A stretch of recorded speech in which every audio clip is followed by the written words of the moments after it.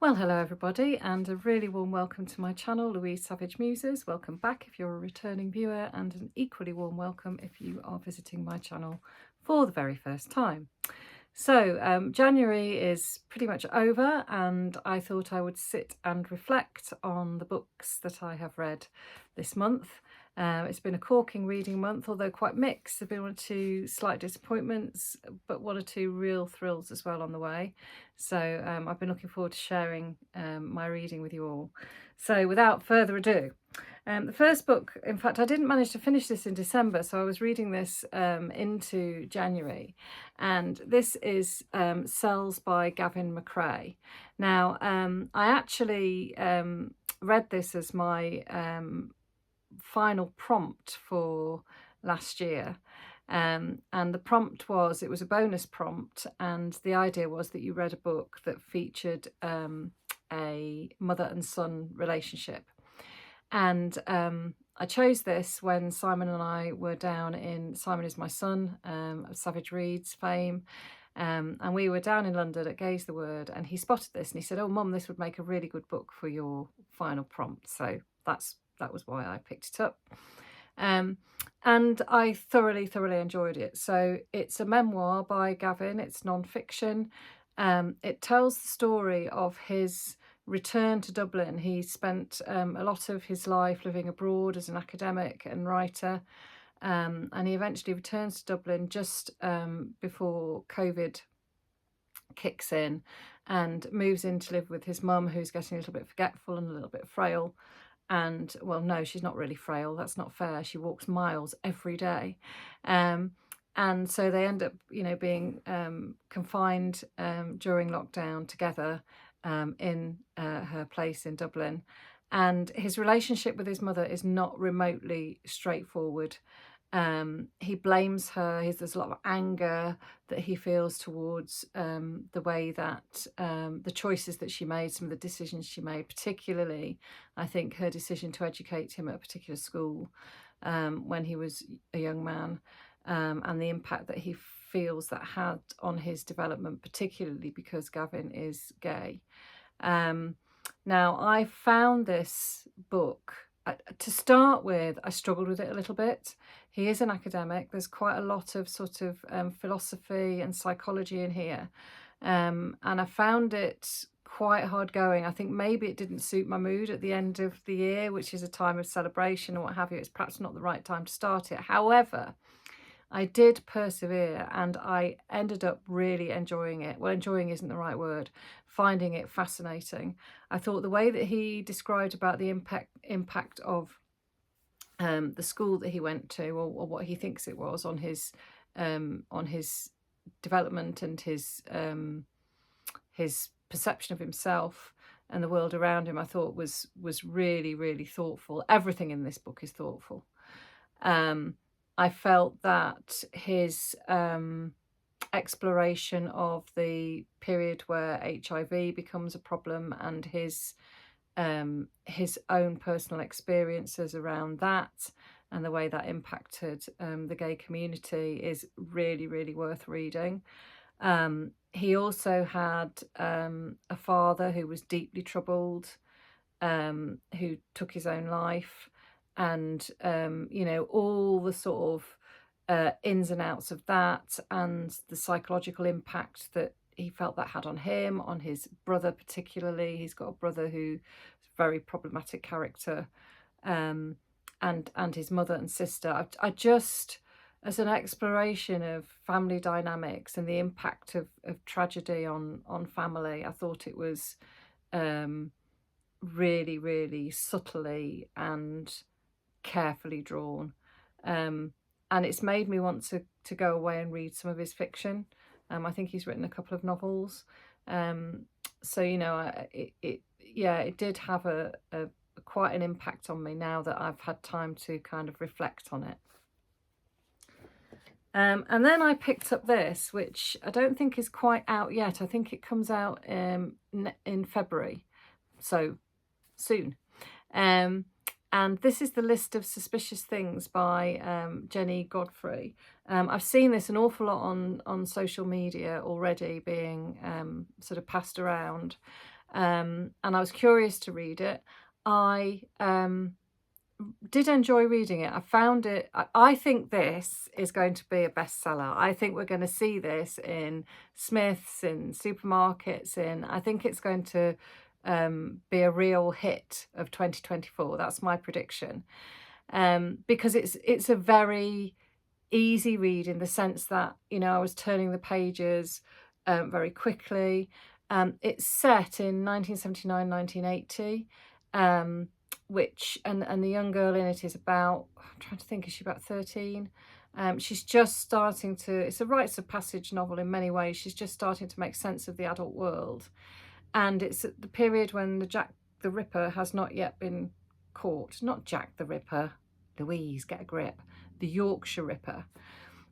This book really resonated with me because the character in it is a similar age to me, so I was a similar age to her in 1980. So when I started reading it, I was really enjoying, you know, a lot of the detail that was quite nostalgic about, you know, the different products and so on that were around at that time. So I got straight into it from that point of view. It's told from the point of view of the girl herself, kind of. So each chapter has a heading, and I'm just trying to find an example. So this one is Helen. Then we've got Mr. Ware, who's one of the teachers, I think, if I remember rightly. But most of it is seen through the perspective of Miv. Now, what I thought was a bit odd about this book, and it's something that jarred with me slightly, was that each chapter's given a title, but it's not written in the first person. So you're with that character for that chapter, and you kind of, it's third person, so you're seeing things kind of from that character's perspective, but the voice is the same pretty much throughout. So I thought that was a bit of an odd decision. I didn't quite understand why that was done, except that you kind of needed to be moved around between the different people and see these things slightly from their point of view, perhaps, for the plot to work. But I couldn't put it down. I thought it was a really interesting story. So basically, Miv and her friend, she's not a very easy, she's not comfortable in her own skin, Miv. Very easy to identify with for a child like me. But she does have this very close friend who, and between them, they decide that they're going to investigate the Yorkshire Ripper and find out who he really is. So if you enjoyed something like Joanna Cannon's book, what's it called? The one about sheep. Goats and Sheep. The Trouble with Goats and Sheep. If you enjoyed that, it's got a sort of similar kind of vibe to that, I would say. So they're you know, as young people, they're trying to unstitch this mystery that the police haven't managed to solve and nobody else around them has solved. But there is a whole fantastic community in this novel, which I really enjoyed. So you've got a Pakistani man who runs the local shop. It's set in the north of England. You've got his son who's kind of really struggling at school because of the racism towards him, and they befriend him, Miv and her friend. There's a couple of teachers in the story who, again, your perspective of them shifts as the novel progresses, as does Miv's, because of course she's growing up, she's learning more about the adult world. There's a librarian in it who figures highly. So there are all these different characters, and some of them from all different walks of life, which I really liked. It really did feel like a genuine community with all its gossip and its frictions and its whatever. And I think this novel captures brilliantly the dangers of a society where things aren't talked about to children. So one of the mysteries of the book is that Miv's mum is living in the house but never speaks, barely comes downstairs. There's obviously been some problem. Miv's father is a manual worker, goes out to work every day, and therefore Auntie, his sister, has been moved in to do the cooking and the cleaning, as would have happened in that era in this country. And she's quite an awkward figure. Miv doesn't naturally warm to her. She's quite snarky. So you've got an interesting dynamic within the household, and you don't really know for a long time what the issue is with Miv's mum. And the information is given to you at just the right moment. I thought that was really, really well judged. So you've got all of that going on, and I really did think that whole thing. So Miv's not really got anyone to talk to. When she tries to talk to the aunt about things that are troubling her, she just kind of says, oh, well, that's not for children, or, you know, and I remember that so distinctly as a child growing up, that children weren't expected to ask questions about really important things. Anything to do with the body or anything like that was brushed under the carpet. You were kind of expected to sort of find out for yourself, which is not necessarily a very good way of going about things. When I got to the end of the novel, one of the things that really troubled me was I looked at it and I thought, my goodness, you've got the Yorkshire Ripper. So you've got, you know, him going around murdering people. You've got this woman who's obviously had some sort of breakdown. You've got a woman in the novel who is being abused, physically abused by her husband. You've got racism and, you know, really, really disturbing things that are happening to those members of the community, and I thought, this is too sensational. You know, I came to the end of it and I thought that just, you know, as I was reading, I thought, this is just getting ridiculous. There are so many horrific things happening in this novel that it lost its plausibility for me. And then I stood back a minute and I thought about my own childhood, and I thought about the village that I grew up in, and there was somebody who was beating up his wife. You know, there was an issue around racism, a massive issue around racism. There was a man down the road who was rumoured to be a paedophile, and gradually, and actually there was a murder up the road as well, in the woods. So actually I started to think, crikey, I've got this wrong. She's right. You know, that within any society there might exist all these horrendous things going on behind closed doors. And what a timely novel, because for me it opens up that discussion about, you know, is it better to have a community where things like that are brushed under the carpet and not talked about? Or is it better to have a community like ours where everything's out in the public domain and all the consequences of that? So I'm really glad I read it. I did enjoy it. I think it's one of those books that in a few months' time I'll have really worked out exactly how I feel about it, but I think it's going to be a massive, massive hit. Then I read The Ice Children. I was really looking forward to this. I bought this when we were at Harris and Harris in Suffolk with the lovely Kate, and I saw it and I couldn't resist it because it's a modern retelling of the story of the Snow Queen, which was my favourite story as a child, one of the first stories I remember being read to me.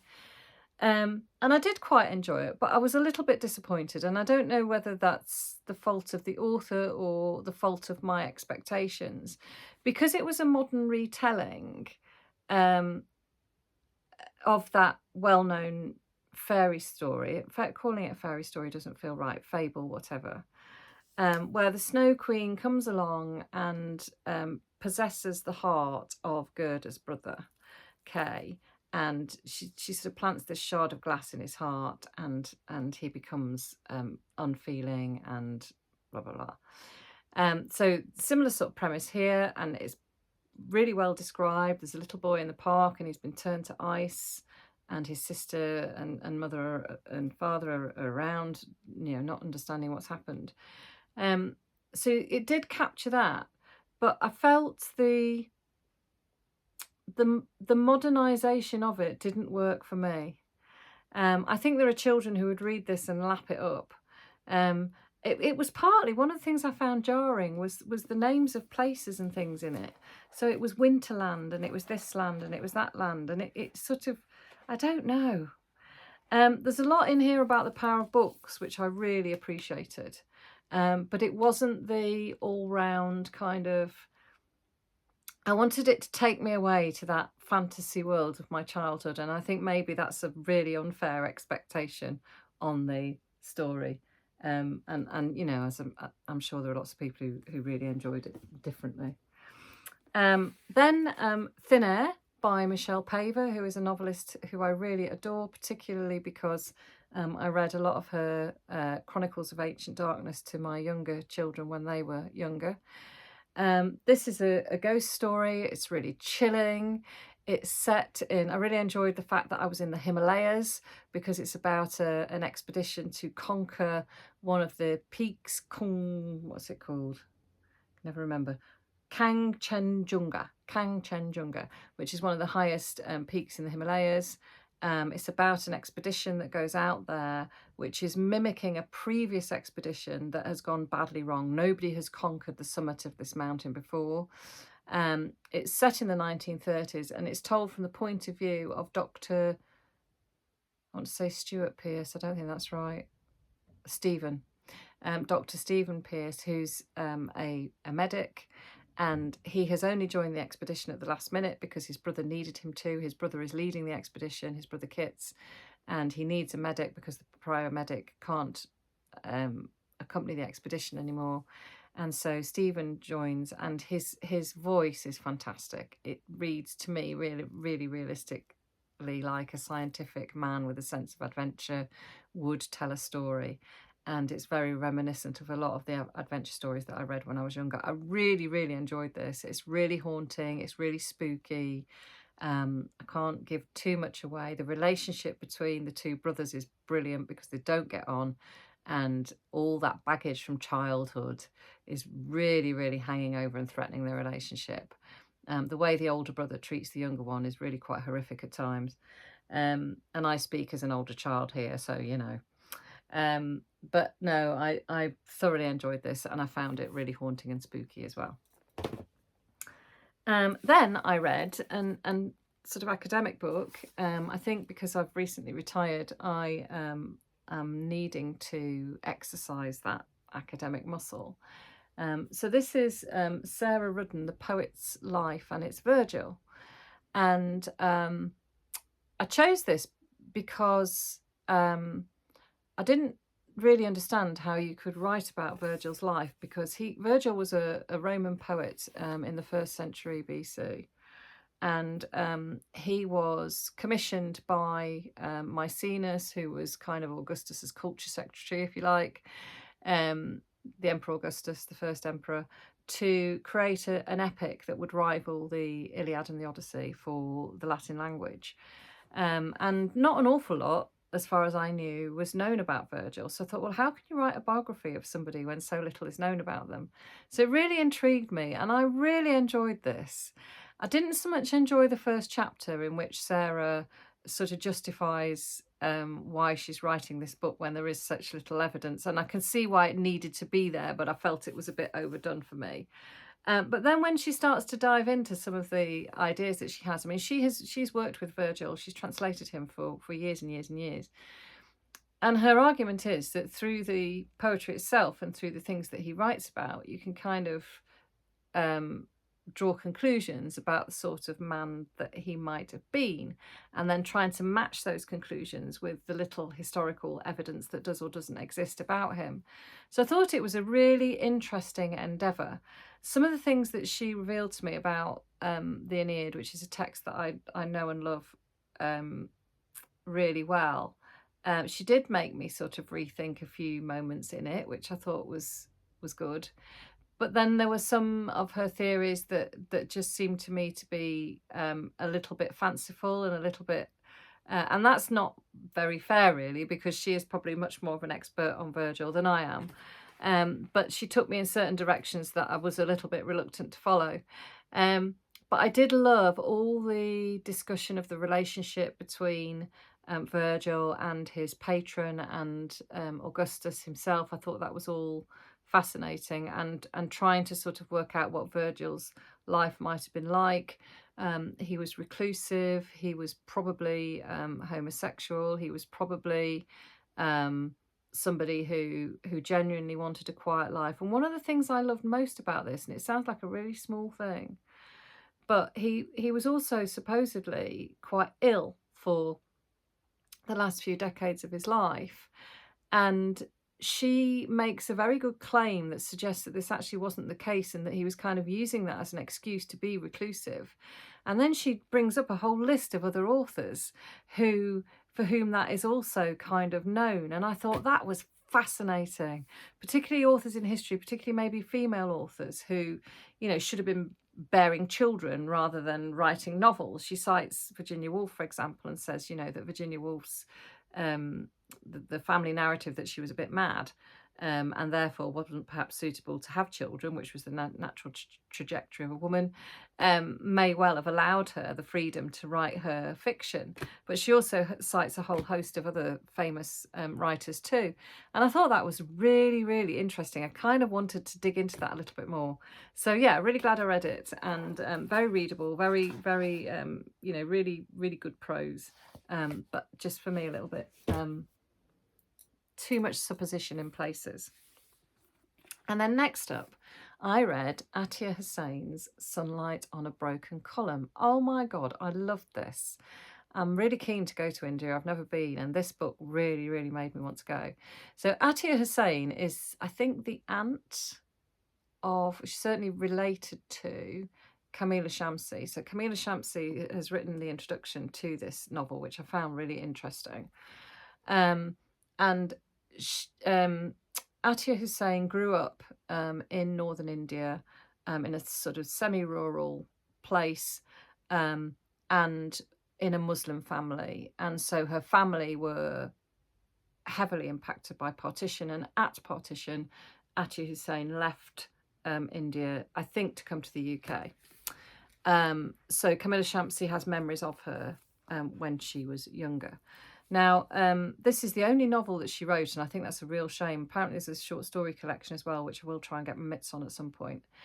Now, this novel is told from the point of view of, I think she's called Lila. That's terrible, I only finished it the other day. Yeah, Lila. And she's 15 when this novel starts. So again, at that sort of turning point in your kind of understanding and perception of the world.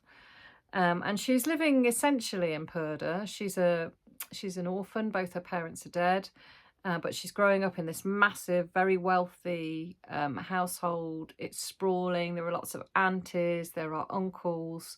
In fact, there's a whole list at the beginning of who's who, because there are so many characters in this story. And that's one of its strengths, because in this novel there are characters from all different walks of life. You know, be it the servant who looks after the children, to, you know, the higher echelons of the British Raj. So you've got this fantastic mixture of people. So there's a whole world in this novel, which I really enjoyed. And Layla is telling her story, and essentially she's sort of in semi-Purda. So she can mix with very close male relatives. She grows up with some of her male cousins, but within, you know, broader society, she's kind of kept in the household. She is allowed to go to college, which of course has a profound effect on her. So her education is incredibly important in this novel. And I just loved Layla as a character. She's really observant. She lacks self-confidence. She's clever and perceptive. And she gives you a fantastic insight into the impact of the breakup of the Raj, of partition itself.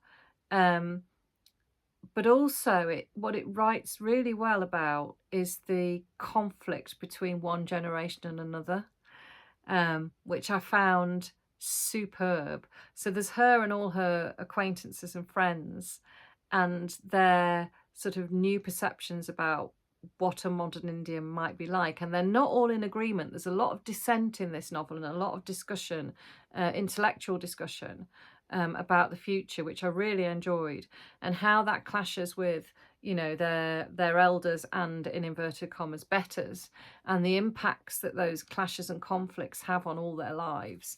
I thought was wonderful. There are some characters in this who, you know, there is a profound love between Layla and one of her aunts, which is beautifully drawn. And at the heart of it, there's Layla's own love story as well, which I thought was very poignant and and beautifully expressed, and it goes just beyond partition itself. So you see what happens to the family, the disintegration of the family, because some of the family decide to stay, because they're Muslim, they decide to stay in India. They think it's going to be okay, whereas others go to Pakistan. The other thing to commend about this is the writing itself.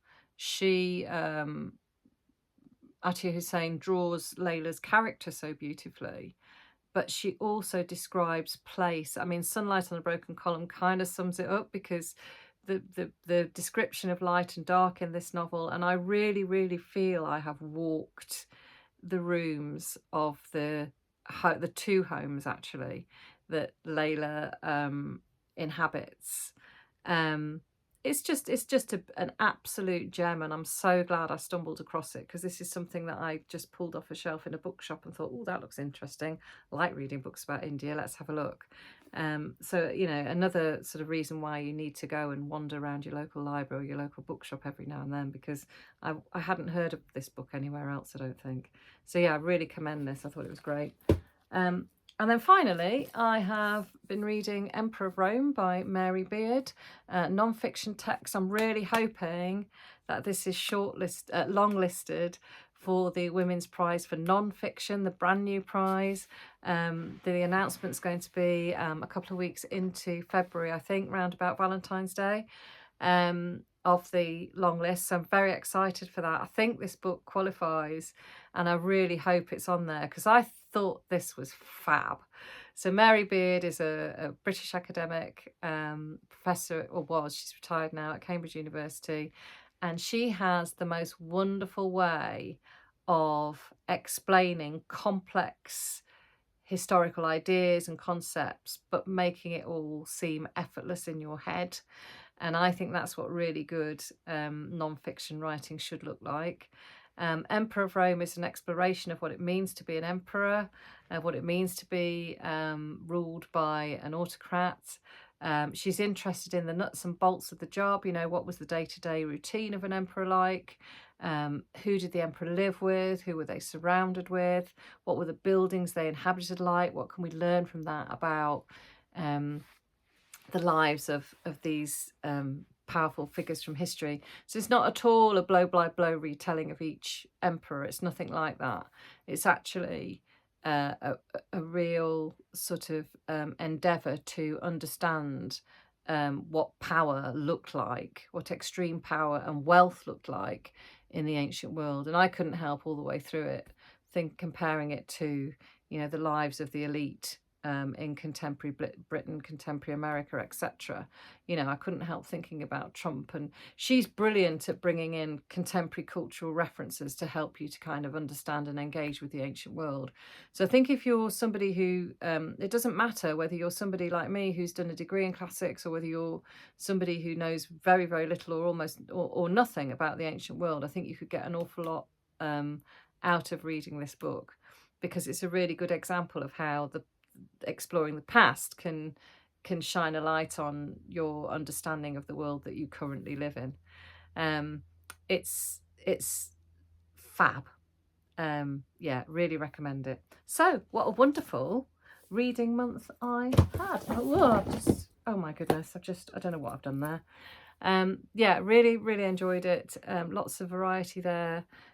Some ups and some downs, but I hope you'll share with me what you've been reading in January, what you can recommend, and I'm looking forward to a very short month, isn't it? February, it always seems really short, so I don't know if I'll read. How many did I read? 1, 2, 3, 4, 5, 6, 7 7 books in, pardon me, 7 books in January, which is very good going for me.